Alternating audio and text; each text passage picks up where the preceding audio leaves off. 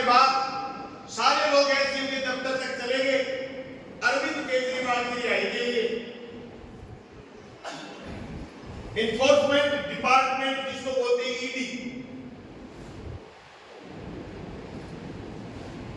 एक दूसरा डिपार्टमेंट होता है आईटी, जिसके दम पर ये सारी चीजें दिखा रहे हैं कि टेक्नोलॉजी है। एक तीसरी विभाग है सीबीआई, यानी कोई स्टेट की पुलिस काम नहीं कर पाए तो मामला सीबीआई सुलझाए, यानी देश की सशक्त एजेंसी। ये तीन हथियार हैं हमारे पास। 23 मार्च 1931 को तीन हथियार हुए। शहीद आजम भगत सिंह, सुखदेव, राजगुरु, जो अखबार के पन्नों के जरिए, जो लोगों के विचारों के जरिए, जो सादत के जरिए अंग्रेजों की चूड़ी ला करके उनकी सत्ता को ध्वस्त करने के लिए देश के नौजवान को कुर्बानी के लिए प्रेरित करा। आज वो तीन डिपार्टमेंट है मोदी के पास, जिसका इस्तेमाल वो सिर्फ और सिर्फ विपक्ष की पार्टियों को ध्वस्त करने के लिए नहीं कर रहे, वो इस बात के लिए कर रहे हैं कि संजय सिंह ने लोकसभा में एक बात कह दी। संजय सिंह ने लोकसभा में कह दिया कि मोदी पढ़े हुए नहीं है। जिस तरीके से मैंने विधानसभा में कहा कि अनपढ़ लोगों का दल भारतीय जनता पार्टी, संजय सिंह ने सीधा राज्यसभा में आरोप लगाया कि ये पढ़े लिखे लोगों के प्रधानमंत्री नहीं है, और ये प्रधानमंत्री खुद पढ़े लिखे नहीं है। इनके लोग कॉपी करते हैं, बदमाशी करते हैं। उसका राज्यसभा में उन्होंने एक सबूत पेश करा। आप में से कोई खड़ा होकर के यूनिवर्सिटी की स्पेलिंग बता सकता है? कभी भी यूनिवर्सिटी की स्पेलिंग में लास्ट में CITY नहीं मिलेगा आपको। उन्होंने मोदी की जो मार्कशीट तैयार करी है एमए की, उसमें यूनिवर्सिटी में CITY लिख दिया। संजय सिंह का यही कसूर था कि राज्यसभा में कह दिया कि भारी अनपढ़, घनघोर अनपढ़ लोग हैं, सिर्फ और सिर्फ बड़े पूंजीपति की दलाली कर रहे हैं, इसके अलावा इनके पास कुछ भी नहीं है। आज देश के जो अखबार, आज जो देश के अखबारों की स्थिति है, आज जो देश की नेशनल मीडिया की स्थिति है, आप सोच नहीं सकते।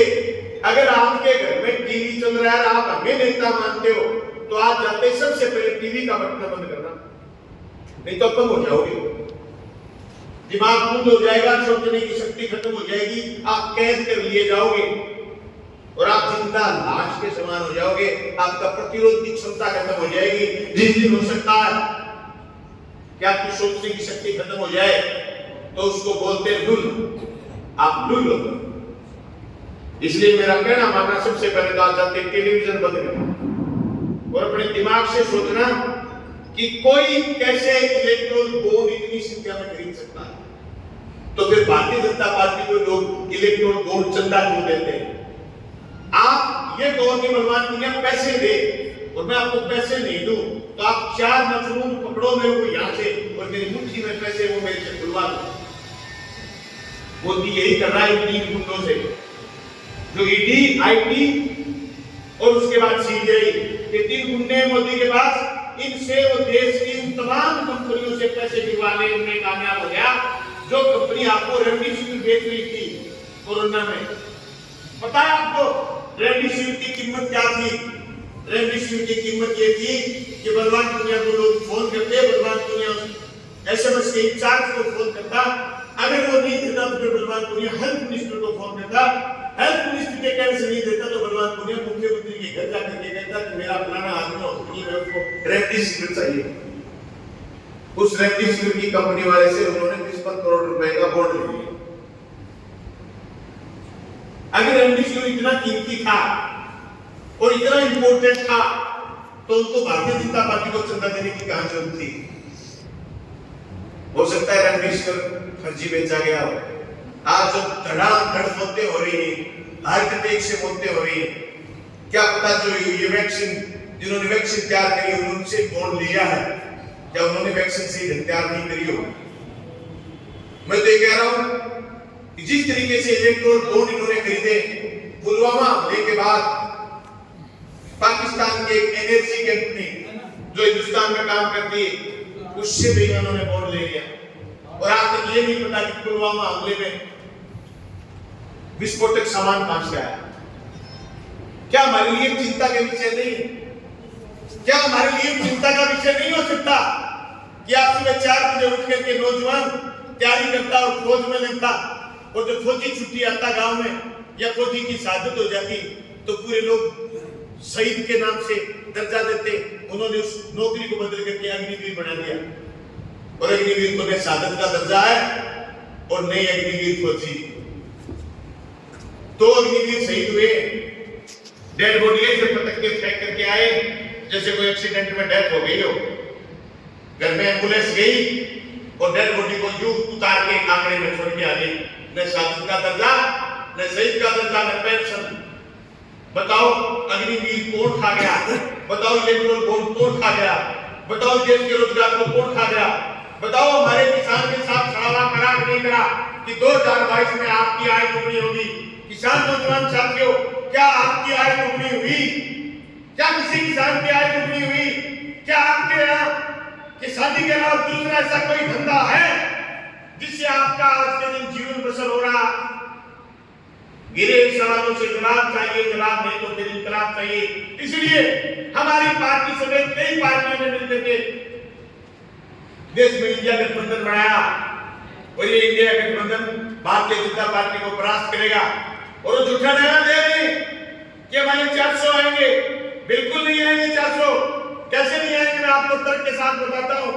मुझे याद है 2004 में जब ये लोकसभा का आम चुनाव आया, उसमें अटल और आडवाणी का इतना बड़ा कथा देश में लोग ये कहते थे कि अटल और आडवाणी के सामने कोई नहीं, जैसे आज मोदी और शादी ये कहते हैं कि कोई नहीं इनके सामने, कोई दल नहीं, कोई नेता नहीं, इनका तो विधिकल्प है ही नहीं। उसके खिलाफ लोग लड़े, मजबूती से लोग मैदान में उतरे, चुनाव में गए, और बताया कि उनका उसमें नारा था शाइनिंग इंडिया। वो कह रहे थे कि इंडिया चमक रहा है, लेकिन इंडिया चमक नहीं रहा था। उन्होंने करगिल का युद्ध करवाया, युद्ध करवा करके हमारे छोरों को मरवाया। एक शहीद के घर से चित्कार उठी, और अटल और आडवाणी की सरकार को नेशनल भूल करके 2004 में यूपीए की सरकार बनी, और ये मुंह की तरफ देखते रह गए। इनकी पूरी की पूरी भारत इंडिया मुंह की तरफ देखती रह गई। कोई 400 पार नहीं होगी इनकी, 400 पार नहीं। अब की बार अमित शाह और मोदी तड़ी पार होंगे। आज राजस्थान में सीट घटेगी, चाहे कितनी घटे। हरियाणा में सीट घटेगी, पंजाब में सीटें घटेगी, दिल्ली में सीटें घटेगी, पश्चिम बंगाल में सीटें घटेगी, महाराष्ट्र में सीटें भाजपा की घटेगी, तमिलनाडु में भाजपा की सीटें घटेगी, कर्नाटका में सीटें घटेगी, बिहार में सीटें घटेगी, यूपी में सीटें घटेगी। तो 400 पार तो पाकिस्तान की आएगी भाई, 400 पार नहीं आएगी। अगर 400 पार आ रही होती तो ये पकड़ पकड़ के कांग्रेस के नेताओं को, दूसरी पार्टी के नेताओं को अपने दल में नहीं मिला रहे थे। आके जो सोशल मीडिया पर गिर दो क्या ये कहे वार्ड पर आवारा फिर लाए थे। अब आगे दूर देखा कि आज से तुम्हारे दल में मीडिया की तरह ये छटपटाहट क्यों? ये किसकी छटपटाहट? भाई एक बात, देश और इस देश के लिए मोदी और शाह काम नहीं। 750 लोगों की किसानों की कुर्बानी, 13 महीने का लंबा आंदोलन, उसके आप सब थोड़े बहुत सब गवाह रहे। याद करो, जिस दिन आप शाहजहांपुर बॉर्डर गए, जिस दिन आप सड़क पर गए, जिस दिन आप दिल्ली सिंधु बॉर्डर तक गए होंगे या टीकरी बॉर्डर तक गए होंगे, क्या आपको तकलीफें नहीं हुई? क्या आपको पिकनिक करने गए? क्या रात को कैद में रह करके आए तो आपको तकलीफें नहीं हुई? अगर कितनी घनघोर तकलीफें थी तो फिर किसानों के संग बैठे क्यों रहे? उसकी वजह थी कि देश के किसान की जल जंगल जमीन छीनी जा रही। अगर वो तीनों काले कानून वापस नहीं होते तो आज तुम्हारे हमारे पास जमीन नहीं बचती। एक छोटे से उदाहरण के साथ मैं आपको बात बताना चाहता हूं। किसी भी टावर की कंपनी ने टावर की जगह चिन्हित कर ली, उस कंपनी को आप रोक नहीं सकते टावर लगाने का। किसी भी कंपनी ने क्या किया कि यहां से रास्ता निकलेगा, जैसे इन्होंने जितने हाईवे निकाले, तमाम एक्सप्रेसवे निकाले, उस रास्ते को रोक नहीं सकते, चाहे आपकी जमीन कितनी बेशकीमती है।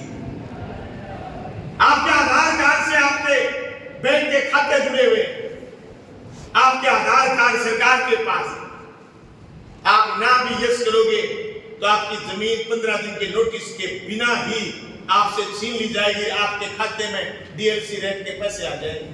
मानो तो ठीक, नहीं मानो तो तुम्हारी राधा को याद करो। ये है जमीन छीनना। क्यों थे पंजाब के लोग? क्यों नहीं है पंजाब में मोदी की लहर? आपको पता देश की आजादी के आंदोलन पढ़े,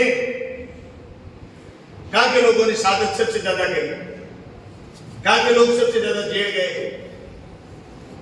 कौन लोग थे सबसे ज्यादा पढ़े लिखे जो गुलामी की बात समझते थे, आजादी के लिए तड़फ थी। पूरे देश का योगदान था, पर 2 सूबे ऐसे थे, पंजाब और बंगाल, जहां के लोग समझते थे कि गुलामी क्या चीज है और गुलामी से हट जाएगी आजादी, तो आजादी के मजे क्या। आपने कहावत है जगह की छांटी पड़े, छांटी थारी थारी देखेड़ी कोरी, मेरे थोड़ी थोड़ी याद आवे बड़ो सो भारी भरकम, वो जो बना लेता मैं छांटी बोलता बात सकता, जगह की छांटी पड़े वो दोनों जोर मारे, जोर मारा जो चीजों को समझता है। मैं टिकट मांग रहा था लोकसभा की, इंडिया गठबंधन से नहीं मिली, राहुल कृष्ण उम्मीदवार है, लेकिन मैं वैसे चुनाव में लड़ना चाहता हूं, वैसे लग रहा हूं जैसे मेरे खुद के चुनाव के लिए मैं लगा हुआ था। पिछले 2 महीने से 12,500-13 हजार किलोमीटर मैंने सफर कराया लोकसभा क्षेत्र में। राहुल कृष्ण की मदद इसलिए करनी जरूरी है क्योंकि मैं कांग्रेस पार्टी से गठबंधन में उम्मीदवार आना चाहता था। राहुल कृष्ण की एंट्री के बाद मेरी उम्मीदवारी नहीं हुई क्योंकि आज देश में माहौल ऐसा था कि कांग्रेस छोड़कर के लोग भाजपा में जा रहे थे। भाजपा से कोई 2 सांसद थे जो कांग्रेस में आए, इसलिए कांग्रेस ने उनको बुलाया और अपनी पार्टी ज्वाइन कराई, उनको टिकट दे दी। आज सीकर कांग्रेस अमरा राम लड़ रहे हैं और चूरू राहुल कृष्ण लड़ रहे हैं। मैं समझता हूँ अमरा राम में राहुल कृष्ण में हम फर्क नहीं समझेंगे और मजबूती के साथ घर घर जाकर के वोट मांगेंगे। जब से भगवान दुनिया के लिए वोट मांगेंगे 27 तारीख को उसी मजबूती के साथ रैली में जाएंगे। लड़ाई मोदी और साथ से लड़ाई नीतियों से, नीतियों के चलते किसान परेशान है, नौजवान परेशान है, महिलाएं परेशान है, हमारे खिलाड़ी परेशान है, हमारे फौजी परेशान है, हमारे अग्निवीर परेशान है। जिन नीतियों के चलते देश के किसान की आत्महत्या का आंकड़ा छुपाया जा रहा है, जिन नीतियों के चलते अदानी और अंबानी की संपत्ति कई हजार गुना बढ़ी, हमारी संपत्ति क्यों नहीं बढ़ रही? किसान की संपत्ति क्यों नहीं बढ़ रही? क्योंकि नीतियां हमारे पक्ष की नहीं है। आज 4.5 रुपए क्विंटल नरमा बिका। मुझे याद है मैं सन 2003 तक खेत में काम में हाथ बटाता था, उसमें नरमा होता, हमारा बेचा हुआ है 700-800 रुपए। मुझे याद अब की बार नरमा बिका 4,500, 5,000, 5200 वाला तो राज्य हो गया। क्या हमारी खेती 20 साल बाद वैसी? क्या इसके लिए हमें लड़ना नहीं चाहिए, बोलना नहीं चाहिए? वो कह रहे कि जो राम को लाए हैं उनको लाएंगे। राम तुम नहीं लाए भाई, गलतफहमी है तुम्हें। राम के सबसे बड़े दुश्मनी भाजपा के लोग, राम के दुश्मन। राम वो नहीं लाए। हम पैदा हुए थे तो राम का नाम लेते थे, हम जब थोड़े शान हुए तो राम राम कहते थे। सबसे पहले कोई अभिवादन किसी ने शुरू करा होगा तो राम रवि का शुरू करा होगा, नमस्ते, जय हिंद, फलाना ढिमकाना, ये सारी बातें तो बाद में सीखी। राम रवि का अभिवादन सुना। हमारे घर वाले जब खेत में काम शुरू करते तो राम का नाम लेते। पहले दिन जो आलोचना करते तो राम का नाम लेते, और पहले दिन अगर कोई धरती के हाथ लगाते तो राम का नाम लेते। क्या राम बीजेपी वाले लेके आए? इन्होंने राम के नाम पर दुकान लगाई है, देश में दंगे करवाए। सबसे बड़े दंगाई जिन्होंने गाय के नाम पर दंगे कराए और बीफ कंपनियों से बेईमानों ने चंदा ले लिया। ये भारतीय जनता पार्टी के लोग बकवास करते थे हमारे लिए कि चंदा करेंगे। अरे सबसे बड़े चंदे के लुटेरे तो ये निकले जो हमारे दुश्मनों से पैसे ले गए। आज महंगाई इसीलिए है, ये जिन कंपनियों से इन्होंने चंदा लिया उन कंपनियों की लूट के लिए पूरी छूट कर रखी है। आपको पता है मोदी के आने से पहले इस देश में बीफ का व्यापार कितना, बीफ मतलब समझते हो, बीफ मतलब समझते हो, गाय का मांस, बीफ का व्यापार था 16,000 करोड़। आज बीफ का व्यापार है 62,000 करोड़। और बीफ की कंपनियों से चंदा लिया है मोदी और साथ। या सामने जाके कहेंगे कि बीजेपी को वोट दो बीफ की कमी नहीं आएगी, केरला में कहेंगे बीजेपी को वोट दो बीफ की कमी नहीं आएगी, ये गोवा में कहेंगे कि बीफ की कमी नहीं आएगी। खुद इनका रक्षा मंत्री किरण रिजिजू आसाम से आते हैं, उनका भाषण है कि हम हमारे चुनाव जीते तो आपको बीफ खिलाएंगे। तब उनसे पूछा गया कि भारतीय जनता पार्टी उत्तरी भारत में बीफ के नाम पर लोगों के गले कटवा देती है, तो बोला ये ऊपर का मसला। ऐसे दोहरे लोगों से बचने की, लोगों को बचाने की जरूरत है। मात्र 19 तारीख को एग्जाम हमारा मोदी से छुटकारा पाने का। और जो लोग ये कहे हम थोड़े से लूज कॉन्फिडेंस से विधानसभा आ रहे हैं, मैंने एक बात कही थी कि गांव में 1 जनवरी 2023 को मनखेड़ा गांव में जनसभा थी, मैंने उसी दिन कहा था 1 लाख वोट आएंगे। मैं आप सब साथियों का कॉन्फिडेंस थोड़ा सा लूज था, हम चुनाव आगे कह रहे थे। कॉन्फिडेंस मजबूत के लिए मैं आज कह रहा हूं इस लोकसभा के चुनाव में मोदी और शाह को उठा के पटक देंगे। ये देश क्रांतिकारियों का देश है, ये देश अनबेले लोगों का देश है। डर तो लगता है कि ये इमरजेंसी लागू कर देंगे और बीजेपी के एमपी कहेंगे कि 400 सीट ला दो, संविधान बदल देंगे। पर मैं कहना चाहता हूं वो देश ऐसा रंगीलो है, 8 स्टैंड के नाउ प्लेट के नाउ ज्यादा जंटी को दच काम कर। अगर बेटी को रेरू आज परसेगे छोड़ दे तो भाई साहब के बात करो कि तलवार बोनी हुए मैंने जोड़ को काटे परसेड़ा लठ तुझे लड़ाई सीध में आ जा तो पर जा परसेड़ा लठ डॉक्टर के जबर तक समझ में बोलिया हड्डी टूटी के ठोर जोड़ी देश इसे उखाड़ के फेंक। ये तो खुद भाजपा में इतना बड़ा अंतर दमन है।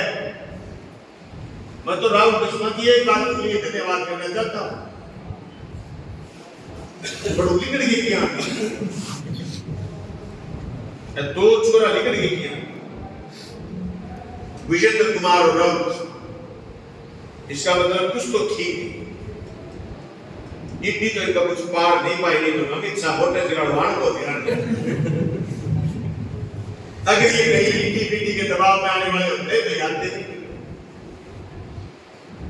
भाई बड़ी गंभीरता के साथ आप सब लोगों को लग